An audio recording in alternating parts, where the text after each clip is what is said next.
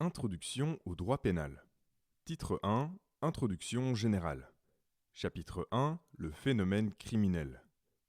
Point 1. Le phénomène criminel. Le phénomène criminel est une activité humaine qui est permanente et amenée à perdurer dans le temps. Le droit pénal est considéré comme le droit des infractions. Il n'est interdit que ce qui est écrit. 1.1. L'analyse scientifique du phénomène criminel. L'analyse scientifique est récente et porte le nom de criminologie. César Lombroso est l'un des premiers auteurs de cette étude avec son ouvrage L'homme criminel, publié en 1876. Le criminologue s'intéresse à un triple objet d'étude. Le premier, l'étude du délinquant. Il s'agit de savoir pourquoi telle ou telle personne commet une infraction. C'est la théorie du passage à l'acte. Le deuxième, l'étude du crime. Il s'agit d'une analyse statistique du crime et de l'élaboration de la politique criminelle. Et le troisième, l'étude de la réaction sociale. Il s'agit de la réaction de la société quant à ses valeurs qui sont mises en péril. Il importe d'examiner les possibilités de réaction sociale, tant sur le plan théorique que sur le plan pratique. Point 2. Le crime. Le crime est une notion générique qui désigne une infraction pénale. L'infraction pénale est un acte sanctionné d'une peine qui est prévue par le texte de la loi adéquat, un concept assez délicat. 2.1. Le critère législatif. L'adoption de ce critère autorise à retenir comme crime ce que la loi désigne comme crime. Dans cette optique, il apparaît que le crime est variable aussi bien dans le temps que dans l'espace, puisque la loi elle-même est variable dans le temps et l'espace. Nul n'est censé ignorer la loi, donc la personne qui commet une infraction sait à quoi elle s'expose. Exemple, voir article 419 du Code pénal et article 231 du Code pénal. 2.2. Le critère judiciaire. Les autorités judiciaires, et spécialement les tribunaux, ont pour mission d'appliquer la loi, mais par le biais de la technique d'interprétation des lois pénales. Ces autorités juridiques et ces tribunaux sont parfois appelés à définir des éléments constitutifs légaux du crime. Il observe également que, par l'application du principe légal de l'appréciation de l'opportunité des poursuites, qui appartient au ministère public, la technique du classement sans suite, ce dernier en arrive à l'application différenciée des textes pénaux. Cette réalité peut donner à penser que la définition du crime relève d'un critère judiciaire. 2.3. Le critère populaire. C'est lorsque la conscience collective qualifie tel ou tel fait comme étant une infraction. Ce critère a un effet moralisateur, ce qui a pour conséquence que la morale va souvent plus loin et est souvent plus sévère que le droit pénal. Toutefois, cela arrive que le critère populaire soit moins sévère que le critère législatif. Exemple, article 442 bis du Code pénal. Il est rare que dans notre système judiciaire actuel, le public soit appelé à juger en matière répressive. 2.4. La théorie de Messieurs, Merle et Vitu donne une définition du crime en retenant 3 critères. Le premier, l'intolérabilité du crime. Ce critère existe lorsqu'il est rencontré par chacun des critères législatifs, judiciaires et populaires. Par exemple, l'enlèvement d'un enfant contre une rançon. Le deuxième, le trouble social. Le crime n'existe que s'il est une atteinte à une valeur de la société et que sa perpétration génère un trouble social. Et le troisième, le seuil criminel. Il doit être admis que tout trouble social ne doit pas nécessairement être pénalisé et aboutir à une incrimination pénale. Au contraire, le droit pénal doit être considéré comme la sanction ultime, celle à laquelle on ne peut recourir qu'en cas d'échec d'autres mesures. Point 3. Le criminel et comment on le devient. Avant le développement de la criminologie et d'autres sciences humaines, on estimait que le criminel était un pécheur responsable, qui avait choisi de commettre des méfaits, et avait donc choisi le mal plutôt que le bien. Le développement des sciences humaines et de la criminologie a cependant mis en lumière la complexité du comportement humain criminel. La question fut de savoir si le criminel était un monstre, un malade, un malheureux influencé ou influençable, ou tout simplement un homme. Aucune des hypothèses sur le criminel est entièrement exacte et satisfaisante. Il y a une multiplicité de facteurs qui interviennent pour expliquer comment une personne devient, à un moment donné, délinquante. 3.1. Les facteurs prédisposants. La criminogenèse. La criminogenèse tente d'isoler les facteurs qui précipitent une personne dans la délinquance. Elle met l'accent sur plusieurs facteurs différents. 3.1.1. Les facteurs anthropologiques et biologiques. César Lombroso est le premier à avancer la théorie du criminel né, c'est-à-dire que le crime n'est pas le produit de la liberté, mais un acte de bestialité de la part d'un homme primitif. Cette théorie renvoie à l'examen du squelette du criminel, plus précisément son crâne, mais aussi à l'examen de la morphologie du criminel. Il catégorise la nature humaine. On ne peut pas déterminer à l'avance qui sera délinquant. La vérité nous paraît qu'il y a parfois des prédispositions criminelles qui tiennent à l'hérédité. Il faut toutefois faire attention aux dangers de ces théories, qui peuvent déboucher sur l'eugénisme, le nazisme ou l'élimination de ces dégénérés. 3.1.2. Les facteurs socioculturels. Ferri, disciple de Lombroso, s'écarte de la théorie de son maître pour appuyer la théorie sur les facteurs socioculturels. En effet, selon lui, l'entourage, le milieu social et économique dans lequel une personne évolue, influe sur son comportement. Cette hypothèse renvoie aux écrits de certains encyclopédistes, dont Jean-Jacques Rousseau, qui avait développé l'image du bon sauvage corrompu par la société. Le sociologue Durkheim a d'ailleurs précisé que le crime était un facteur de progrès social, dès lors que le criminel, en s'opposant aux valeurs traditionnelles, contribue à la création de nouvelles valeurs. L'opposition entre les facteurs anthropologiques et biologiques d'une part et les facteurs socioculturels d'autre part correspond en criminologie à l'importance du débat éthique binaire inné ou acquis. 3.1.3. Les facteurs psychiques. Étienne de Greef étudie la pensée et la personnalité du délinquant pour comprendre le criminel. Le criminel est avant tout un être humain, qui deviendra criminel qu'après une période de pré-criminalité et puis se trompe. Cette théorie souligne l'importance des freins qui éviteront chez telle personne de passer à l'acte. De Greef est convaincu que nous sommes tous des délinquants virtuels. La criminologie est donc une science humaine pluridisciplinaire. Point 4. La réaction sociale. Face à une même situation criminelle, la réaction sociale privilégiera soit la punition, soit la réparation du dommage, soit les soins apportés aux malades délinquants, soit la remise en cause de la dynamique du groupe. Chapitre 2. Aperçu historique des idées et de la réalité pénale. Point 1. Le droit pénal. Point 1.1. Première période, la justice-vengeance. La répression pénale exprime une idée de justice-vengeance où il s'agit de rendre le mal pour le mal et de venger la victime ou la société qui est atteinte dans ses valeurs. Il n'est question que de vengeance, sans référence à l'idée de prévention ou d'intimidation. Cette période de justice-vengeance a connu 3 phases différentes. La première, la vengeance privée. Il s'agit de la vengeance organisée par les individus eux-mêmes et non par la société elle-même. La deuxième, la vengeance publique. Il s'agit de la vengeance organisée par le groupe social qui canalise de la sorte la vengeance des individus. Et la troisième, la vengeance divine. La vengeance est vécue comme une mesure visant à apaiser la colère des dieux qui sont irrités par les crimes qui ont été commis. 1.2. Deuxième période de la justice expiatoire et exemplaire.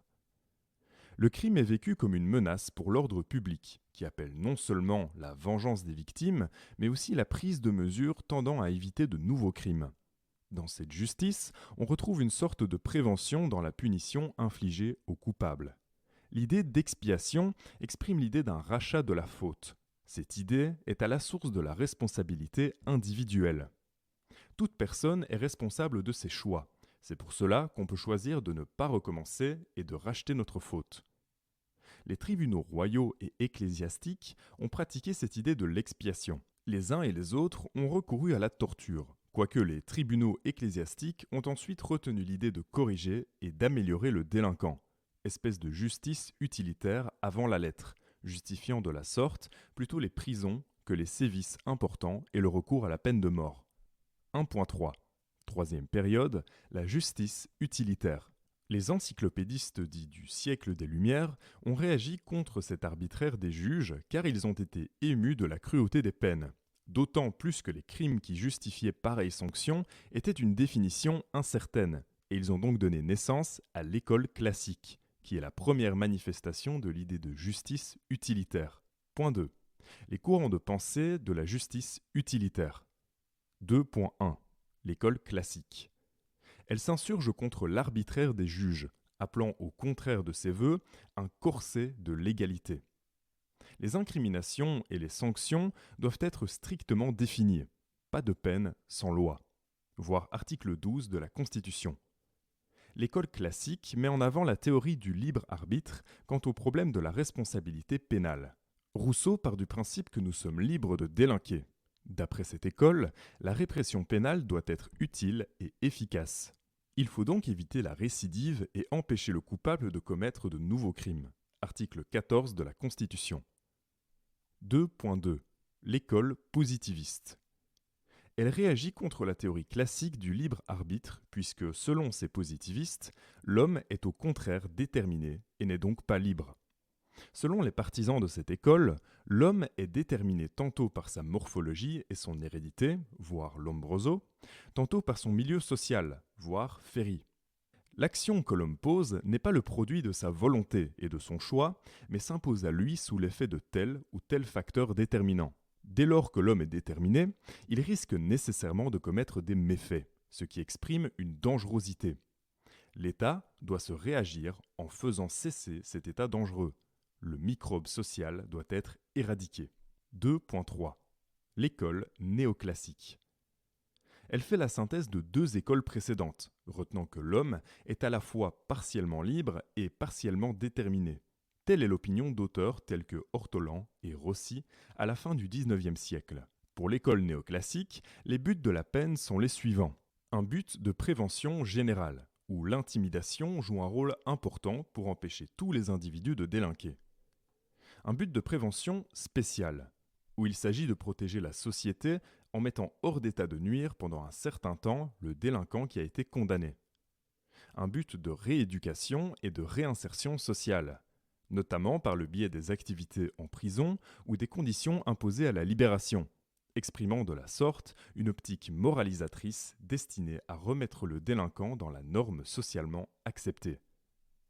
2.4. L'école de la défense sociale.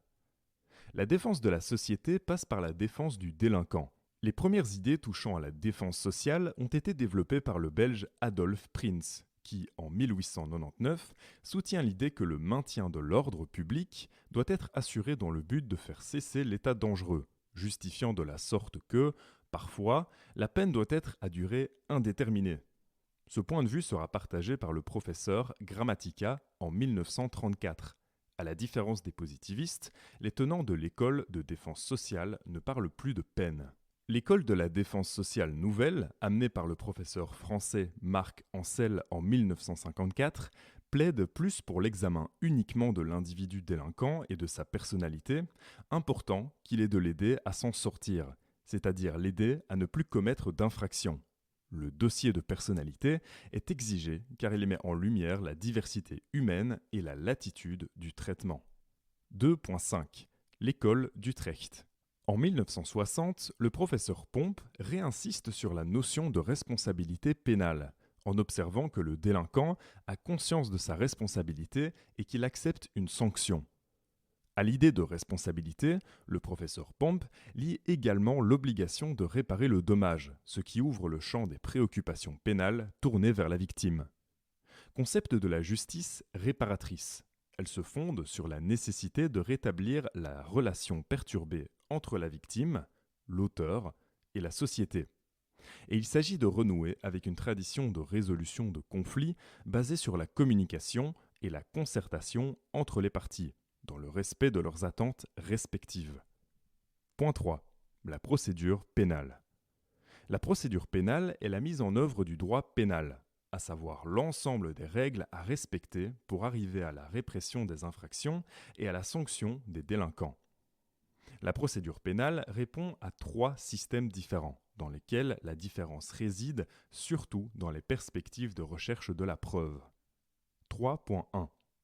Le système accusatoire. Le système accusatoire est le système de procédure pénale le plus ancien, puisqu'on le retrouve déjà dans la Rome antique et dans le Haut Moyen-Âge en France. Le système accusatoire se caractérise par une procédure pénale qui est publique. Elle recourt parfois à la participation des citoyens. Elle est orale et contradictoire, puisqu'elle se fait en présence de l'accusé, qui est sur un pied d'égalité avec l'accusateur et qui dispose du droit de se défendre et de contredire l'accusation. Dans ce système, le juge a un rôle plutôt passif. Il est en quelque sorte l'arbitre entre l'accusateur et l'accusé. Le régime des preuves devant le tribunal est très réglementé. Il y a notamment le serment des témoins, le serment de l'accusé, mais aussi, à une certaine époque, les épreuves brutales, régime des ordalies, épreuve du feu ou de l'immersion dans l'eau, le duel, etc. Le système de procédure accusatoire est actuellement pratiqué dans les pays anglo-saxons, les États-Unis et la Grande-Bretagne, mais aussi l'Italie depuis 1992. 3.2. Le système inquisitoire. Le système inquisitoire a été un régime adopté par les tribunaux ecclésiastiques dès le XIIIe siècle et étendu ensuite aux tribunaux laïques. Le système inquisitoire est caractérisé par une procédure pénale secrète, écrite et non contradictoire. Ce système est le propre des régimes autoritaires. Dans ce système, le juge recherche activement la vérité et s'appuie tantôt sur un régime de preuves libre, régime de l'intime conviction, tantôt sur un régime de preuves légales. Dans tous les cas, l'aveu reste la reine des preuves, ce qui autorisera, à une certaine époque, la torture. De nos jours, plus aucun pays ne connaît le système inquisitoire en tant que tel. 3.3. Le système mixte. Le système mixte est un régime de procédure pénale pratiqué en Belgique depuis le Code d'instruction criminelle en 1808, ainsi qu'en France. En Belgique, les phases d'information et d'instruction répondent plutôt au régime inquisitoire, alors que la phase de jugement répond en principe au régime accusatoire. La loi belge du 12 mars 1998, relative à l'amélioration de la procédure pénale au stade de l'information et de l'instruction, ainsi que différentes réformes ponctuelles, ont tenté d'introduire des mécanismes de régime accusatoire dans le régime inquisitoire de l'information et de l'instruction. Il est à noter que les différents degrés de caractère accusatoire et inquisitoire présents dans les différents systèmes mixtes de procédure pénale traduisent précisément le mouvement de balancier entre le souci de la garantie de la liberté individuelle et le souci de la défense des intérêts collectifs de la société. Point 4. La situation de la présente. 4.1. Les constatations des lois pénales. 4.1.1. Une inflation des lois pénales. Alors qu'en 1867, lors de la promulgation du Code pénal belge, à côté de celui-ci, il n'existait que 60 textes pénaux. On en dénombrait 386 en 1968 et plus de 800 en 1992. 4.1.2. Une inflation de la criminalité. Cette inflation est incontestable, même si le constat peut paraître particulièrement vrai en ce qui concerne la petite criminalité ou la délinquance urbaine. 4.1.3. L'échec de la répression. L'échec de la répression est une constatation de fait qui tient à plusieurs facteurs. Non seulement l'importance du chiffre noir inquiète, mais encore le taux d'élucidation des infractions est représenté comme faible. Et enfin, parmi les affaires découvertes et élucidées, subsiste encore un nombre important de classements sans suite qui sont perçus par d'aucuns comme un échec de la répression. 4.1.4. L'échec des sanctions. La prison est représentée comme un échec, alors qu'elle était pourtant considérée comme la sanction reine. Le système pénal a dès lors conçu des sanctions et procédures alternatives. La transaction pénale, la médiation pénale, le sursis probatoire, la peine de surveillance électronique, la peine de probation autonome, la peine de travail autonome, le placement en maison de transition, etc. 4.2. L'état des idées. 4.2.1. La tendance répressive. Une partie de l'opinion publique demande de nouvelles législations pénales sécurisantes et sécuritaires. Exemple. Les peines incompressibles en France, conditions sévères dans l'octroi des libérations conditionnelles en Belgique ou des procédures de comparution immédiate, adoption du Patriot Act aux États-Unis. Cela engendre une réduction des libertés individuelles. 4.2.2 La tendance abolitionniste.